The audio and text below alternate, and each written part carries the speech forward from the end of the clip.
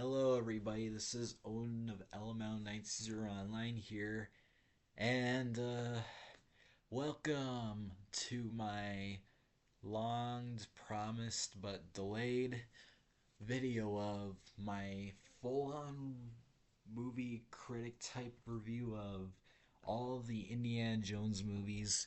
Yes, it's here. It's finally here. So I'm going to be starting off with reviewing from Raiders of the Lost Ark, then to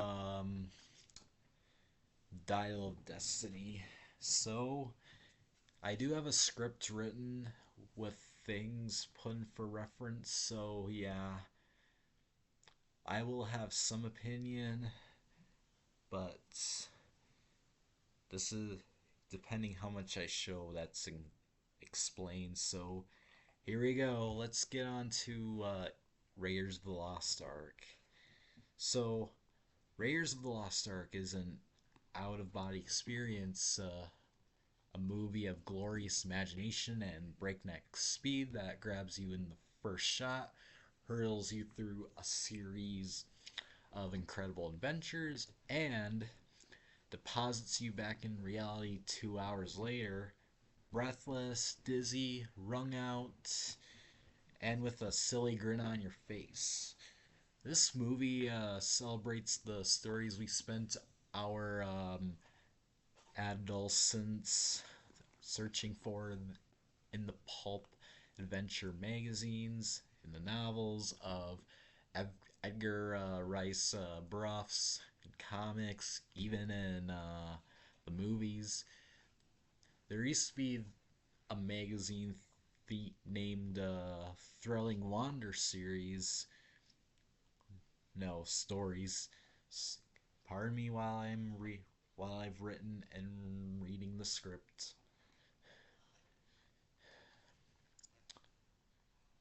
And every shot in Raiders of the Lost Ark looks like one of its covers.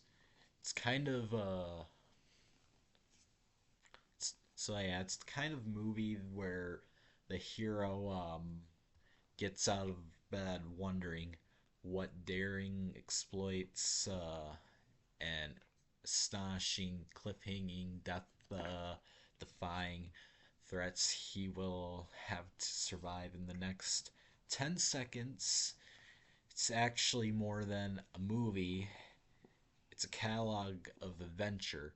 For location, it ticks off the jungles of South America,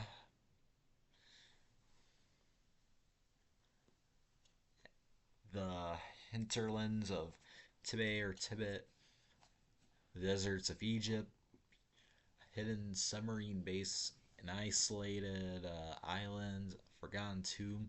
No, make that two forgotten tombs, and an American archaeology classroom for villains. It has sadistic. I'm not gonna say the actual word of the enemies because I really don't want to get the demonetized, but let's just say N. So slimy threat, gravediggers. I hope you excuse me while I've gotten the script written. Say drunken Sherpas and scheming Frenchmen. For threats, it climaxes with the wrath of God. While I'm not myself religious, but and leads up to that spectacular development by easy stages with tarantulas, runaway boulders, hidden spears, falling rock slabs, burning airplanes, and runaway trucks, and sealed tombs, and snakes. Lots of snakes for modes of conveyance. It looks like one of those old war worlds fair panoramas. Could be piranhas. Well, no, yeah, it might be panoramas of transportation. It has horse carts, biplanes, motorcycles, submarines, ships, horses, trains, and trucks. You know, the obvious things, in the 30s while I'm reading the script. So, yeah, no bicycles for heroes as Indiana Jones, played by Harrison Ford, and his former and future girlfriend, Marion, who's played by Karen Allen. She's the kind of girl, well, to make a long story short, when they first met 10 years ago, Indiana deflowered her, and I'm sorry for the yawn there, hoping not to do that in the video. And that made her so mad at men that she moved to the mountains of Tibet. I think it's mostly Nepal, but opened a bar and started a nightly drinking contest with the Sherpas. I hope you guys excuse me for a sec. Alright, sorry about that. Continuing on with the script in the video. Alright, she'll never forgive him almost. Time is 1936.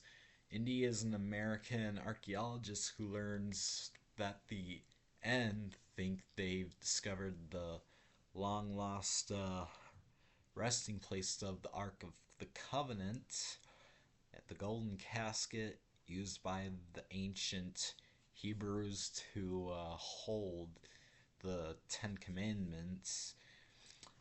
Indy's mission: beat the End to the prize.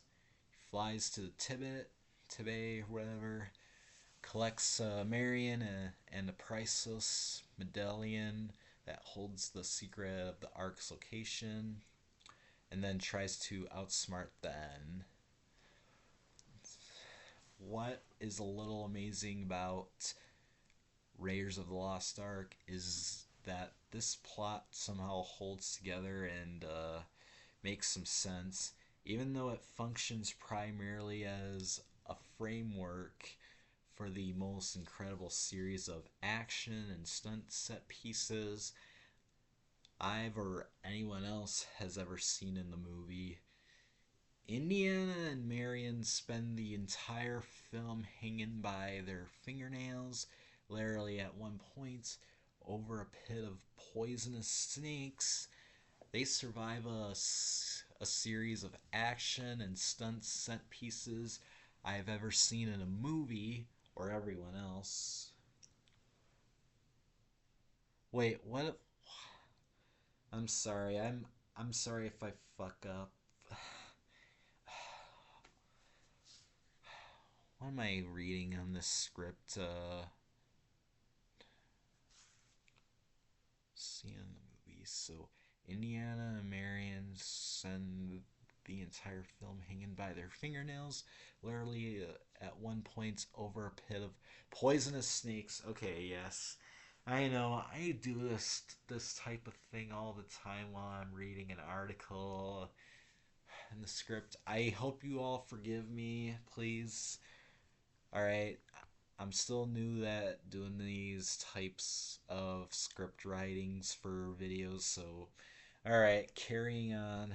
So yeah, they survive a series of gruesome and dreadful traps, pitfalls, double crosses, ambushes, and fates worse than death, of which this movie suggests several. And Indiana engages in the best chase scene. The chase involves a truck, three jeeps, a horse, and a motorcycle, and an awesomely difficult stunt in which a character is required to make a 360-degree turn in the speeding truck. All of these spectacles are achieved with flawless movie technology brought to a combination of stunts, special visual effects, and a sheer sweat. The makers of this film have covered similar ground before. It perhaps never fluently. George Lucas, the executive producer, gave birth to the Star Wars movies, and Steven Spielberg, the director, made Jaws and Close Encounters. I've never seen Close Encounters.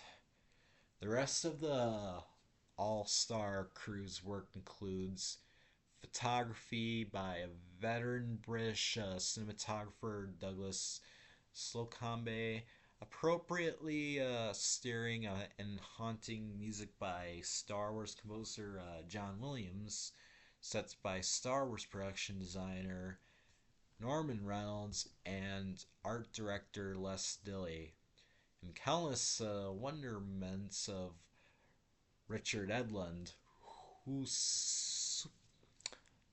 supervised the visual effects and incredibility. The movie's ability pile one incident upon another in an inexhaustible series of investigations, and the personalities of the central characters are enormously winning. Sorry for the yawn there. Harrison Ford as Indy Jones does not do a reprise of his Star Wars work. Instead, he creates a tactic turn. Understated, stubborn character who might be the Humphrey Bogart of the Treasure of the Sierra Madre. With his tongue in his cheek, he survives fires, crushings, shootings, burnings. He really hates snakes. We know that's obvious.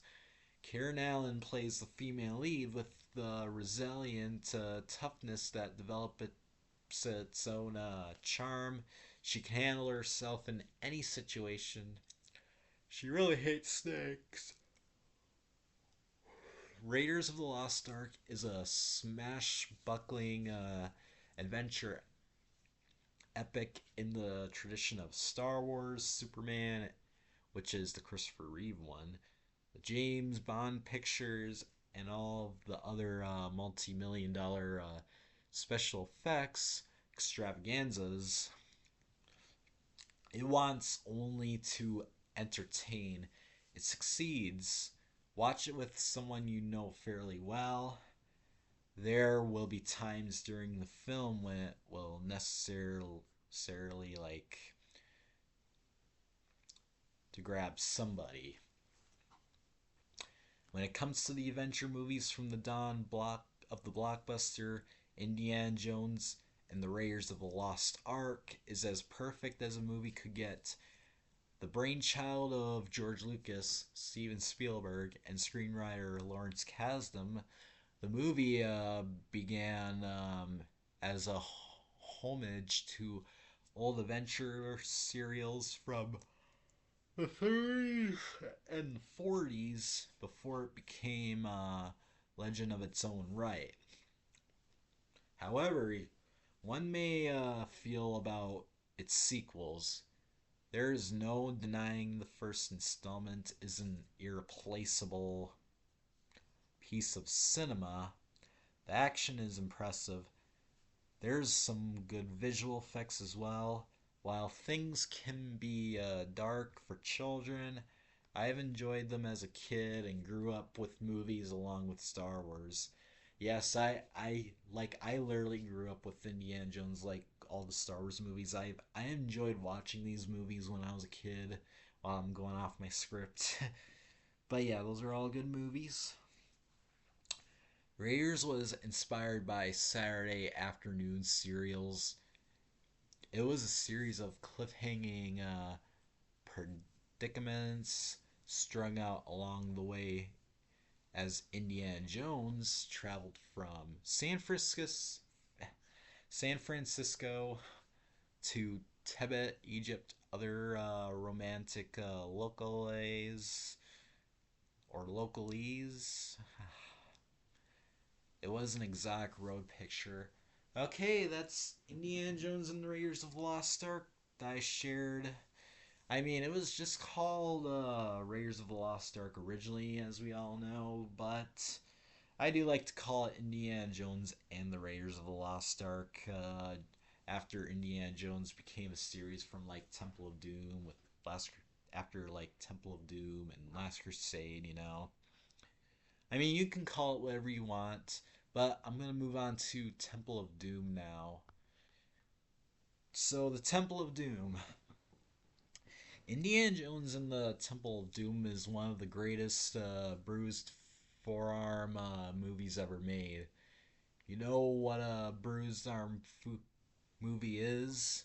Well, I don't really know myself as I'm writing and reading the script. That's the kind of movie where your date is always grabbing your forearm in a vise like grip and unbreakable excitement unfolds on the screen after the movie is over. You've had a great time, but your arm is a black and blue for a week. The movie is one of the most relentlessly nonstop action pictures ever made, with a virtuoso series of climax sequences that must last an hour and never stop for a second. It's a roller coaster ride. Sorry for the yawn again. I gotta stop this shit.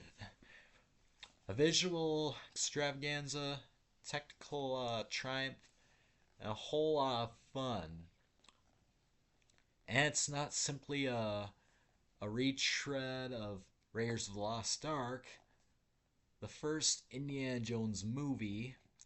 It works in a different way and borrows from different traditions. Temple of Doom most likely or mostly takes place on like one location and then belongs more to the great tradition of the impregnable fortress impregnated or impregnated. Ugh, what did I put in this script? You see them all the time in the James Bond pictures. They involve unbelievably bizarre hideaways, usually buried under the earth, beneath the sea, on the moon, or inside the volcano. Why does my yawn have to interrupt me while I'm trying to do a video? So yeah, so the moon inside the volcano. All right, they are ruled over by megalomaniac zealots who dream of conquest, and they're fueled by slave labor. Our first glimpse of an impregnable fortress is always the same, an anonymous long shot with Wagnerian music as identically uniformed.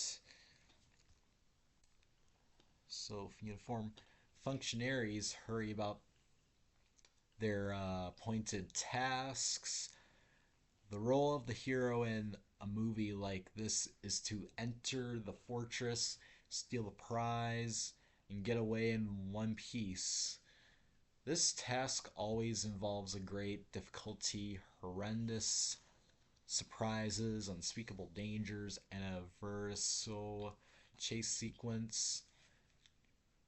The very last shots at the end of the sequence are obligatory. The fortress must be destroyed. Hopefully, there will be great walls of flame and water engulfing the bad guys as the heroes race to freedom, inches ahead of certain death.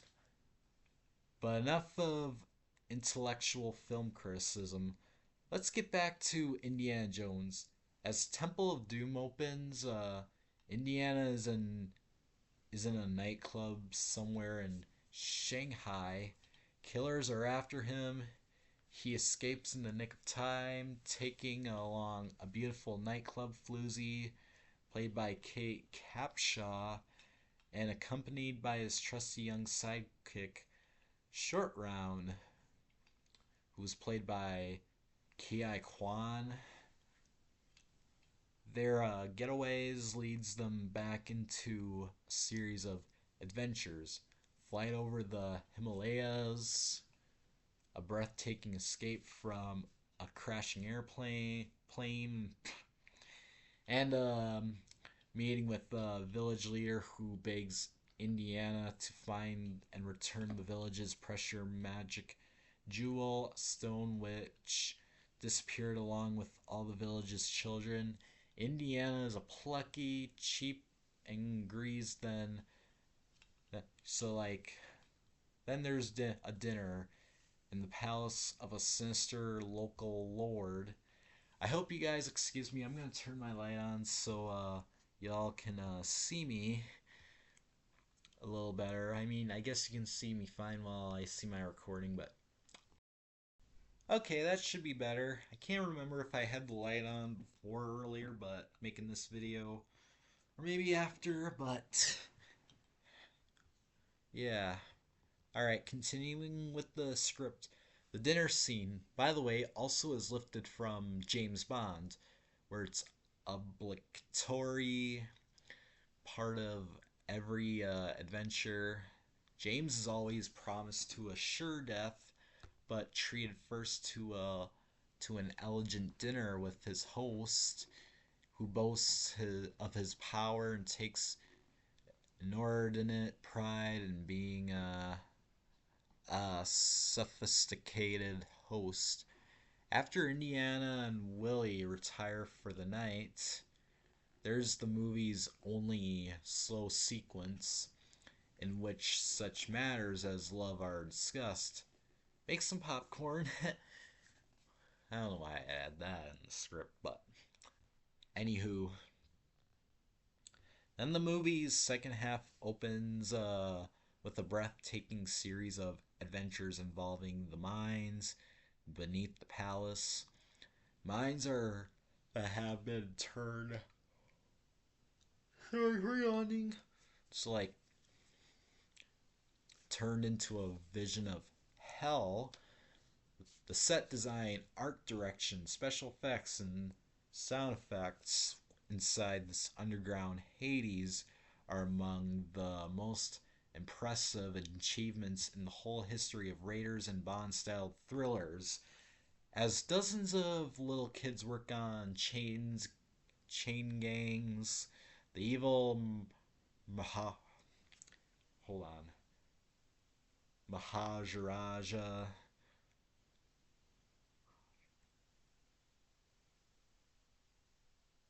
Or Maharaja.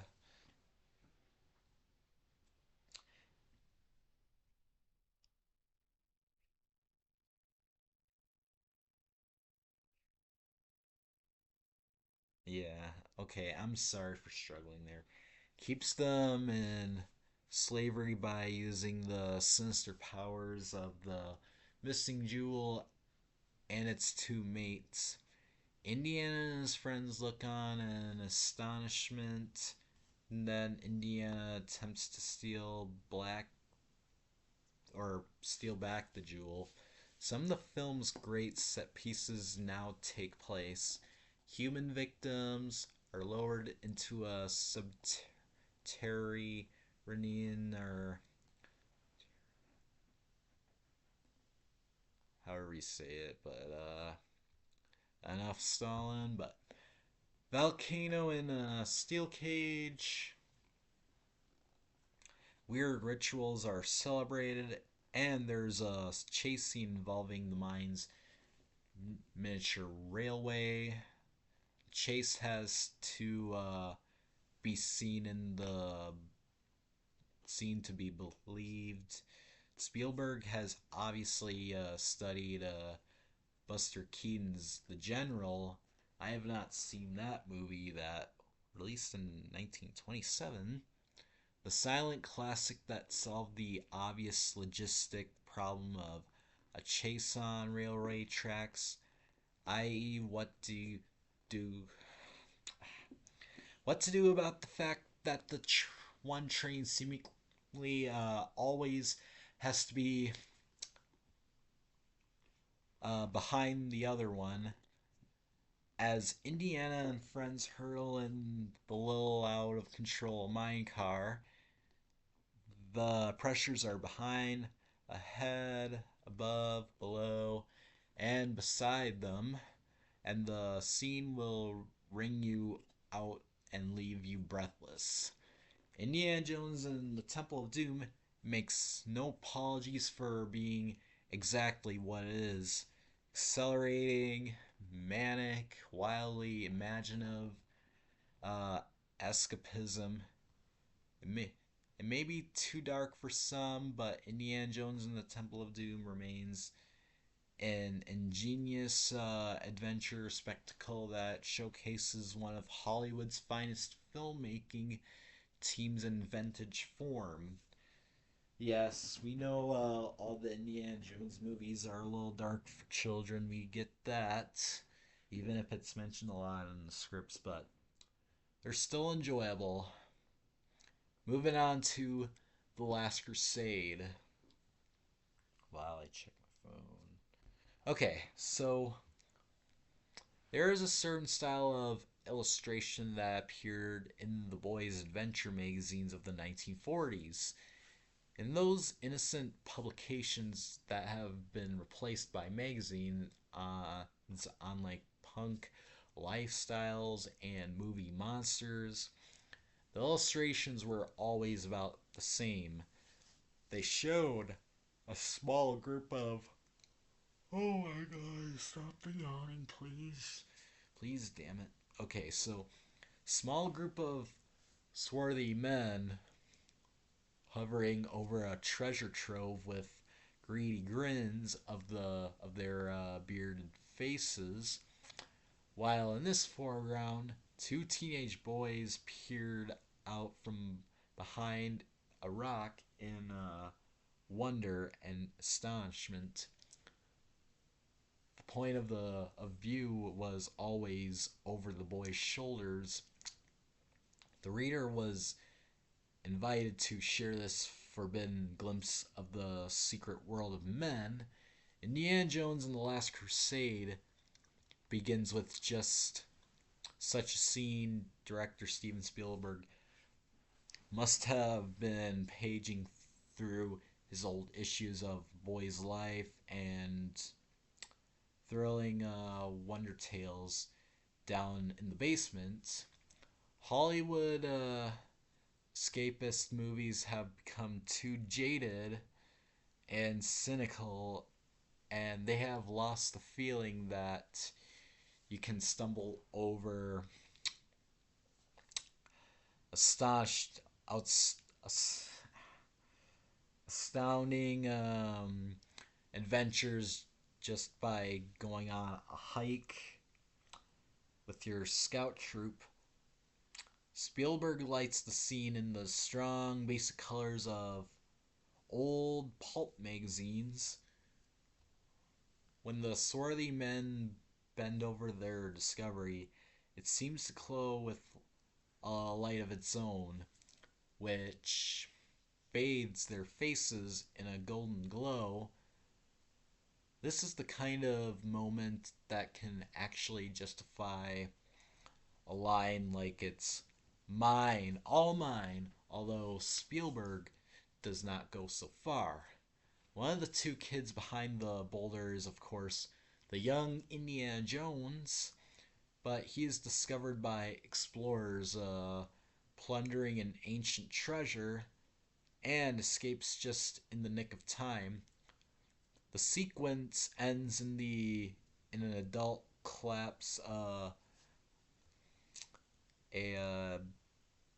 battered fedora down on Indiana's head, and then we flash forward to the era of World War II.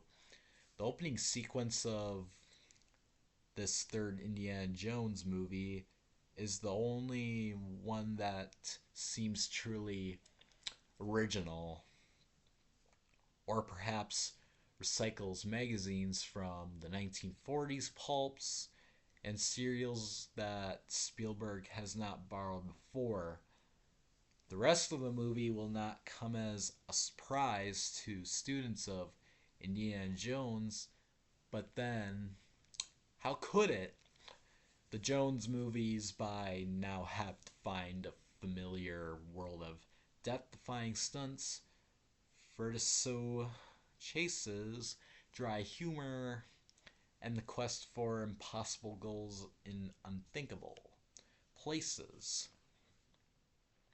When Raiders of the Lost Ark appeared, it defined a new energy level of for like adventure movies. It was a delirious breakthrough, but there was no way for Spielberg to top himself, and perhaps it was just as well that Last Crusade will indeed be Indy's final film, or last film, like, it doesn't matter. It would be too sad to see the series grow old and thin, like the James Bond movies. Even in this third adventure, some of the key elements are recycled from Raiders. This time, Indy's quest is to find the Holy Grail known as the Cup of Christ. Even though I'm not really religious myself, but the Holy Grail reminds us of the Ark of the Covenant in the first film. The Holy um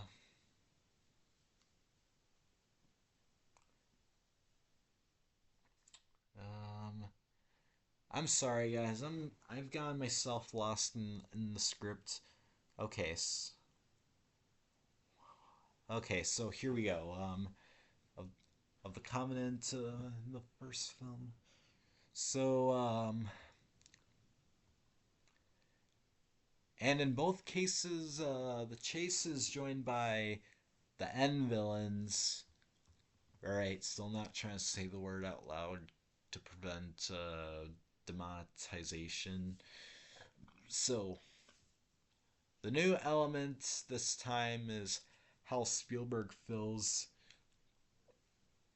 in some of the past of the Jones character. We learned his real name, and we met his father, or Mia's father, I mean, Professor Henry Jones, who was also played by Sean Connery, on exactly the right note. Like the fathers of the classic boys stories, Dr. Jones is not a parent so much as a grown up ally, an older pal who lacks three dimensions because children are unable to see their parents in that complexity, I mean. I or whatever, or anybody else, maybe you guys too, kept being reminded of the father in the Hardy Boys books, even though I've never heard of those, who shook his head and smiled at the exploits of his lovable lads and only rarely expressed concern or cautioned them sternly. Since the Hardy Boys were constantly involved at a tender age with an endless series of counterfeiters, car thieves, kidnapped rings, and spies and jewel thieves, their father's attachment seemed either saintly or mad, and Connery has fun with some of the same elements. Harrison Ford is Indiana Jones again at this time, even like with every other movie. But and what he does seems so easy, so deadpan that few other actors could maintain such a straight, incredible presence in the midst of such chaos. After young Indy discovers his life's mission in the early scenes, central story takes place years after when Dr. Jones, the world's leading expert on the Holy Grail, is kidnapped by desperados who are convinced he knows the secret of where it is now hidden. He does, and Indy, working from his father's notebook, follows a trail from America to the watery catacombs beneath Venice, and then to the deserts of the Holy Land, where there is a sensational chase scene involving a gigantic N armored tank. He is accompanied on his mission by Dr. Elsa Schneider, played by Alison Doody. An art historian he meets in Venice, but the character is a disappointment after the fire of Karen Allen in the first movie, and even as a sultriness of Kate Capshaw in the second. Spielberg devises several elaborate set pieces, of which I or anyone else, maybe you guys, especially liked the rat-infested catacombs of and sewers beneath Venice. The art direction looks great in a scene involving a zeppelin and an escape from the airship by airplane. And the great tank of the desert is fearsome and convincing. If there's just a shade of disappointment after seeing this movie, it has to become we will it has to be because we will never again have the shock of this material seeming now. Raiders of the Lost Ark now more than ever seems a turning point in the cinema of escapist entertainment, and there was really no way Spielberg could make it new all over again. What he has done is to take many of the same elements and apply all of his craft and sense of fun to make them work yet once again. And they do. Indiana Jones and the Last Crusade still holds up today as one of the strongest entries of the iconic franchise, though it is not without its minor drawbacks. Overall, Indiana Jones and the Raiders and the Last Crusade moves quickly thanks to its great action. Beyond the strong cast, good story, and exciting action, some parts of Indiana Jones and the Last Crusade do not work completely. Doesn't need to be perfect though. And yeah, and that's that. Alright, that's the classic 80s OG Indiana Jones trilogy. Now to one of the newest released ones. So now to Kingdom of the Crystal Skull, which I know a lot of people do not like, but here we go. Here's the review on this one. Indiana Jones and the Kingdom of the Crystal Skull is the very little causing of the pulse of to like quicken if you like pulp fiction. Unlike the other films, it dusts off the Russians so severely underexploited in recent years as the bad guys. Up against them, Indiana Jones is once again played by Harrison Ford, who's now 65, but looks a lot like he did at 55 or 46. Well, he was actually 65 during this movie, but yeah. So, which is how old he was when he made Last Crusade. He has one of those Robert Mitchum faces that doesn't age, it only frowns more. He and his sidekick Mac McHale, played by Ray Winstone are taken by the cool, contemptuous Soviet uber villainous Irina Spalko, played by Kate Blanchett, to a cavernous warehouse to seek out a crate he saw there years ago. Contents of the crate are hypermagnetic. Lord, I love this stuff. And betray themselves when Indy throws a handful of gunpowder into the air in ways too labyrinthine to describe. The crate leads to Indy, Mac, Irina, and the Russians far up the Amazon. Along the way, they've gathered Marion Ravenwood, reprised by Kieran Allen, Indy's girlfriend from the first film, and a young biker named Mutt Williams, played by Shia LaBeouf, who was always combining his ducktail haircut. They also acquire Professor Oxley, played by John Hurt, an elderly colleague from the University of Chicago, whose function is to read all the necessary languages, know all the necessary background, and explain everything. What happens in South America is explained by the need to create, number one, sensational chase sequences, number two, awe-inspiring spectacles.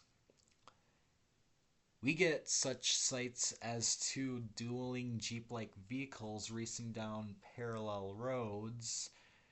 Not many audience members are logical and wonder who went to the trouble of building parallel roads in the rainforest.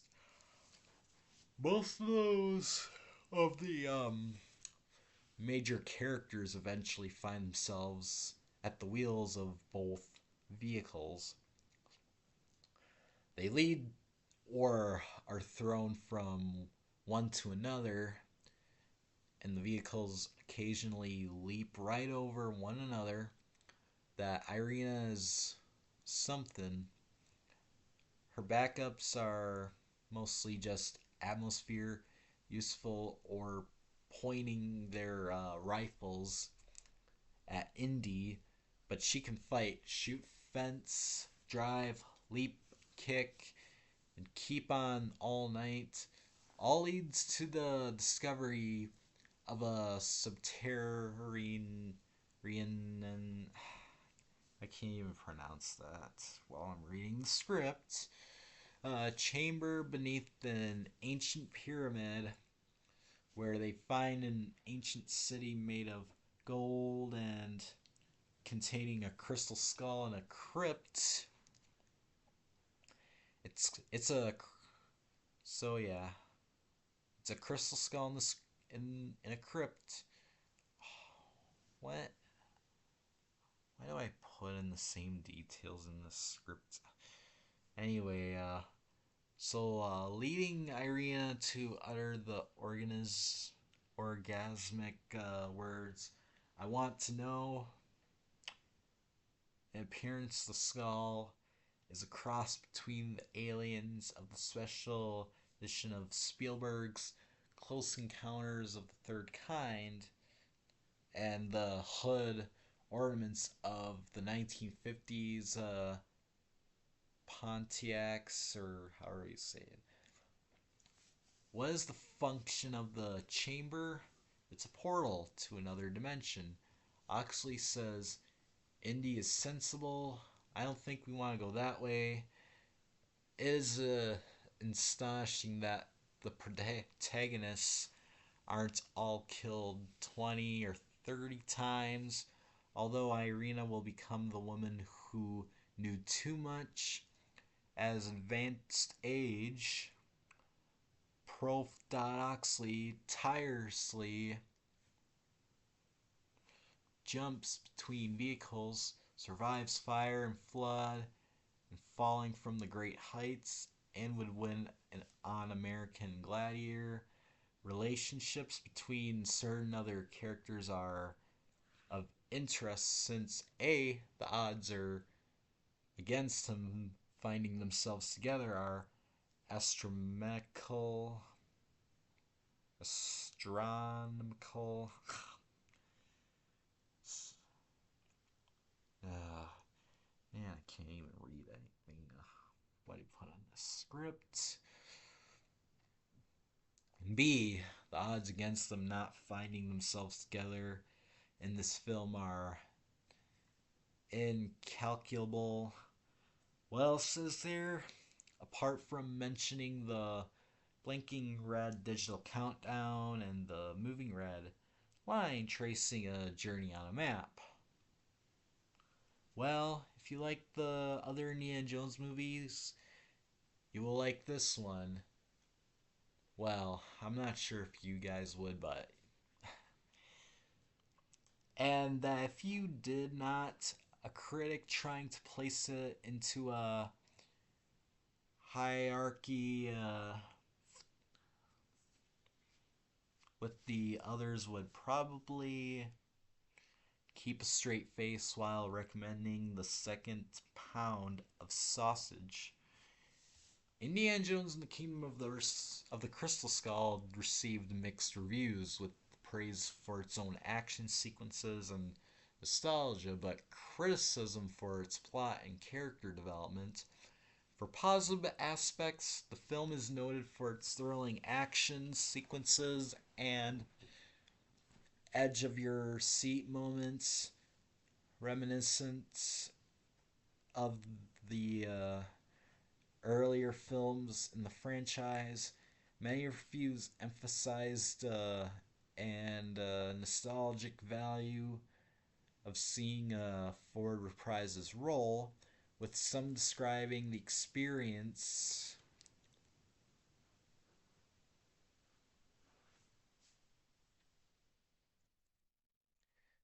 the experience as akin to reuniting with an old friend. Despite its flaws, some viewers found the film enjoyable and entertaining, appreciating the familiar elements of the Indiana Jones formula, including humor and adventure, and criticism purposes. A significant number of critics pointed out that the plot felt convoluted and less engaging compared to previous installments. The introduction of alien elements and the overall storyline received mixed reactions, with some feeling it strayed too far from the series roots. Some reviews criticized the character arcs, particularly the portrayal of new characters like Mutt, played by Shia LaBeouf, and the villain Irina Spalko, played by Cate Blanchett, suggesting they lacked depth and were not as compelling as previous antagonists. Many critics noted that while the film had its moments, it could not match the impact of the original Raiders of the Lost Ark, leading to a sense of disappointment among longtime fans of the franchise. Overall, Indiana Jones and the Kingdom of the Crystal Skull is a film that invokes strong feelings of nostalgia and excitement for action, but also faces criticism for its plot and character development. While it may not reach the highlights for its procedures, it still offers a fun adventure for fans of the series. Now to the last one, Dial of Destiny. I know I gave my review on this one before, but this is going to be for the series with the script written. Indiana Jones and the Dial of Destiny is somehow both never boring and never really entertaining. Walks a line of modest interest in what's going to happen next thanks to equal parts, innovative story beats the foundation of nostalgia that everyone brings to the theater. It's an alternating series of frustrating choices, promising beats, and general goodwill for the legendary actor donning one of the most famous hats in the movie history yet again. It should be better. Could have been worse. Both can be true. In an era of extreme online critical opinion, The Dial of Destiny is a hard movie to truly hate, which is nice. It's also an Indiana Jones movie that's difficult to truly love, which makes the this massive fan of the original trilogy a little sad. An unsettling mix of good and bad starts in the first sequence, a flashback to the final days of World War II that features Indy, still reprised by Harrison Ford, and a colleague named Basil Shaw, played by Toby Jones, trying to reclaim some of the historical artifacts being stolen by the fleeing ends. Jones looks normal, of course, but Ford there here's an uncanny valley occupant, a figure of de-aged CGI that never looks quite human. He doesn't move or even sound quite right.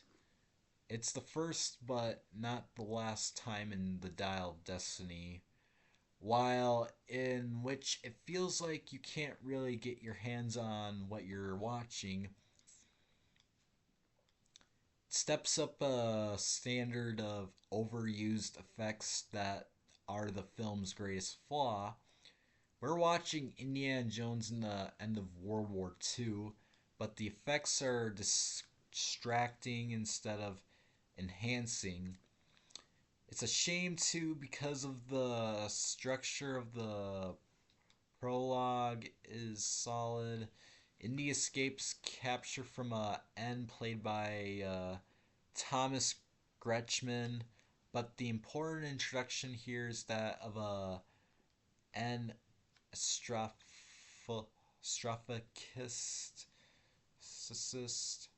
strophicist,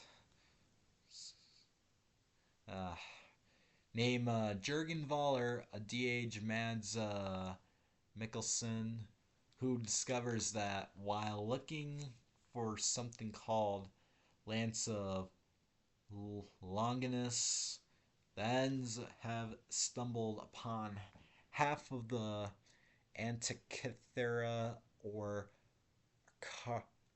Archimedes dial, based on the real ancient Greek item that could reportedly predict astronomical positions for decades.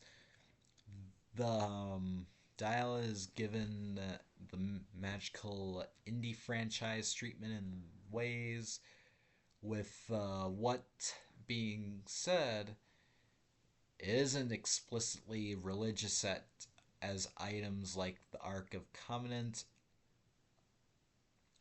of the Holy Grail, other than, as Voller says, it almost makes its owner God. After a cleverly staged sequence involving anti aircraft fire and dozens of dead Nazis, the Dial of Destiny jumps to 1969. An elderly Indiana Jones is retiring from Hunter College, unsure of what comes next, in part because he's separated from Marion after the death of their son Mutt in the Vietnam War. The best thing about The Dial of Destiny starts here in the emotional undercurrents in Harrison Ford's performance. He could have lazily walked through playing Indy again, but he very clearly asked where this man would be emotionally at this point in his life. Ford's dramatic choices, especially in the film's back half, can be remarkable, reminding one how good he can be with the right material.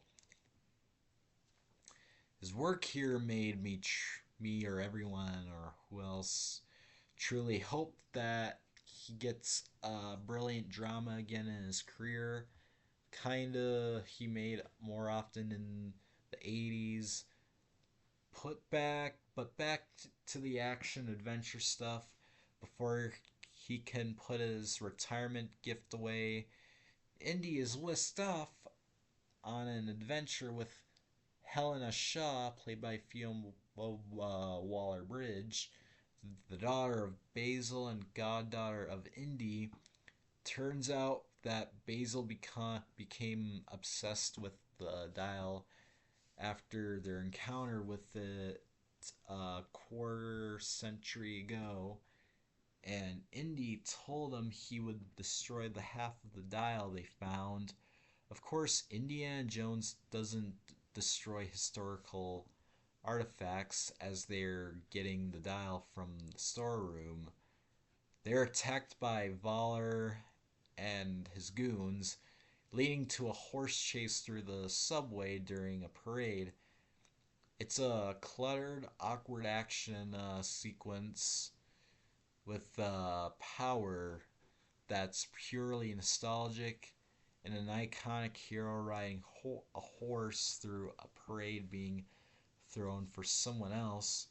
Before you know it, everyone is in Tangier, where Helena wants to sell her half of the dial, and the film injects its its final major character into the action with the sidekick named Teddy,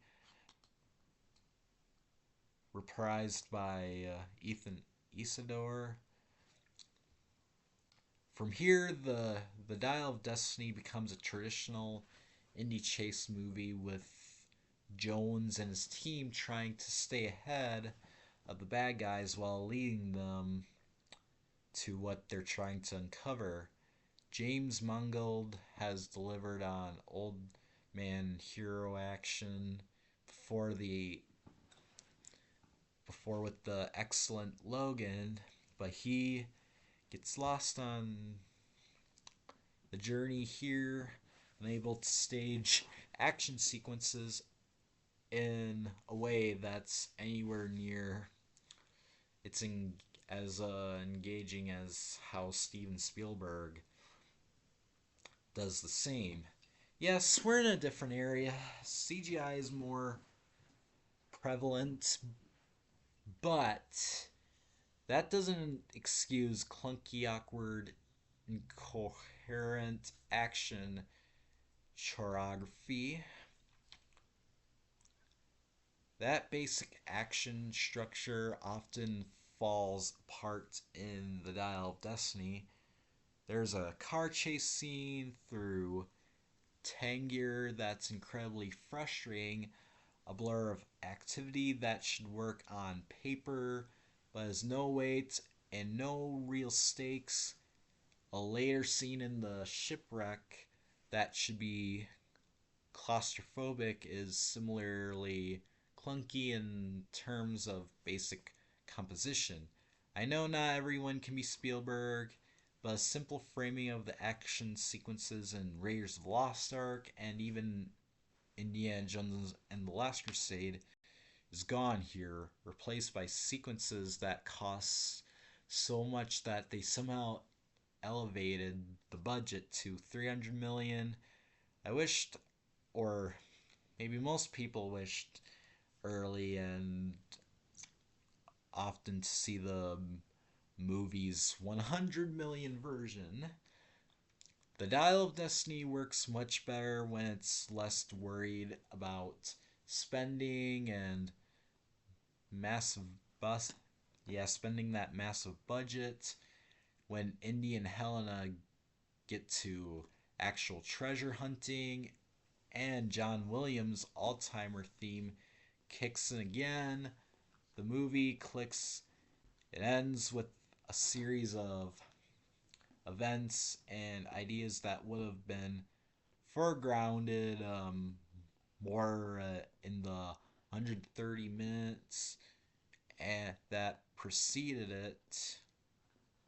Ultimately, the Dial of Destiny is about a man who wants to control history being thwarted by a man who wants to appreciate it but has arguably allowed himself to get stuck in it through regret or inaction.